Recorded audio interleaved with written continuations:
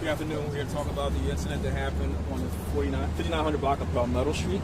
So this happened on Friday at 3:36 p.m. Police responded to that location and located 3 shooting victims. Victim number 1 was a Malik Ballard, 17-year-old black male. Victim number 2 was a Khalif Fringy, 18-year-old black male. And victim number 3 was Salah Fleming, a 14-year-old black male.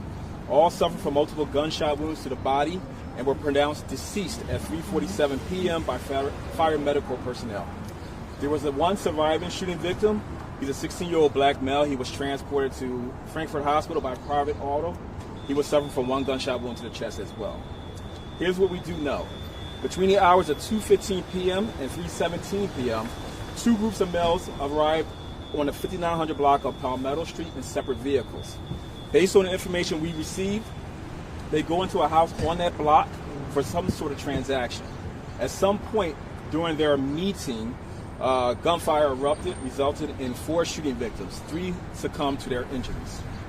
A short time later, we located a black Ford Edge believed to be involved in this incident on the 500 block of East Wyoming Avenue. 2 juvenile males were arrested and subsequently charged for violation of the Uniform Firearm Act and related charges. Their ages were 15 and 16. So what do we need? We have developed 2 persons of interest. Both of them have outstanding warrants. The first male is Tyree Lennon. That's T-Y-R-E-E. He's a 22-year-old black male. And the second male is Taj Lennon, T-A-J. He's a 15-year-old black male. We ask the public for your help in assisting us in finding these individuals. You can naturally call the homicide unit at 215-686-3334, or if you want to call anonymously, 215-686-TIPS or 8477. Are they brothers? The 2 wanted appear to be cousins. So the 2 suspects. At all? No, sir. Do they live at that house? The house on Palmetto Street? Yeah. There's no indication they live at that location.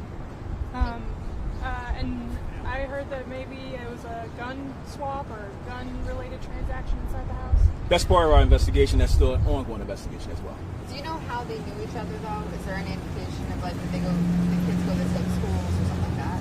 Well, as of now, there's no indication they go to the same school, but we believe they're some sort of friends. What type of friends they are? Question.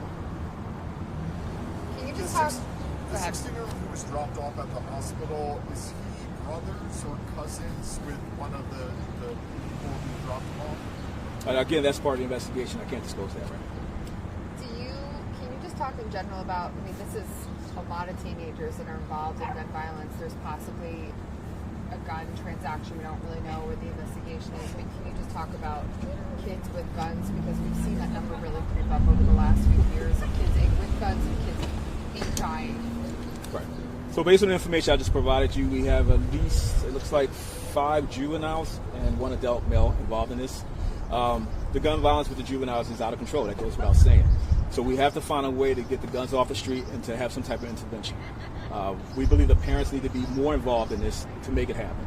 And how would you say to parents how to be more involved? Because so many parents may feel like they're, trying to give space because they're teenagers, but also they don't want their kids to be caught up in something. I understand.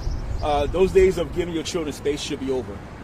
If you see something, I know you heard the cliche before, you see something, say something. If the parents feel fearful of their children, they can call anonymously as well. So if you know your child has a gun, it behooves you to let us know what's going on. So was this a shootout between 2 groups of teenagers?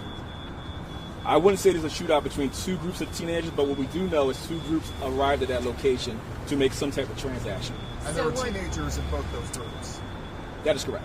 And were there adults in those groups too? And how many other people are we looking at? And how old are they, do you suspect? Well, one of the deceased is 18 years old, and the person of interest is 22 years of age as well. And do we know if there's any priors with any of the 2 that you're looking for? I can't disclose that right now. Is there any images of them anywhere, or is there any surveillance video? Of course, we use technology for our advantage, of course, to gather as much information as possible. But the specifics I can't get into. Any idea what went wrong in the transaction to lead to the shooting? No idea. Can you tell us where the shooters were? One was in the vehicle and one in the house or on the porch? So based on our investigation, it looks like the shooting actually occurred inside the property. So there was no shooting outside of the property. How did the 16-year-old end up on the sidewalk? It's our belief that he may have tried to get out of the house and then collapsed. Let's go back to the message to parents. I mean, are the parents even present to hear this message? In this particular case, I can't answer that. Well, all I'm saying to you, overall, if we can get that message out to the parents. Because as I've said before, you know what your children are doing. You know the neighborhood, you know the crime that goes on in your neighborhood. It's up to you as citizens to report that and report it to us so we can take the proper action. So like turn over beds, looking drawers, looking... I can't tell you what to do, but whatever it takes to keep your child safe is a benefit.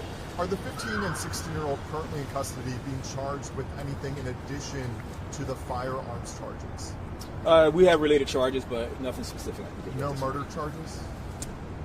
Oh, that's a negative as of now. Are they expected to be charged with murder?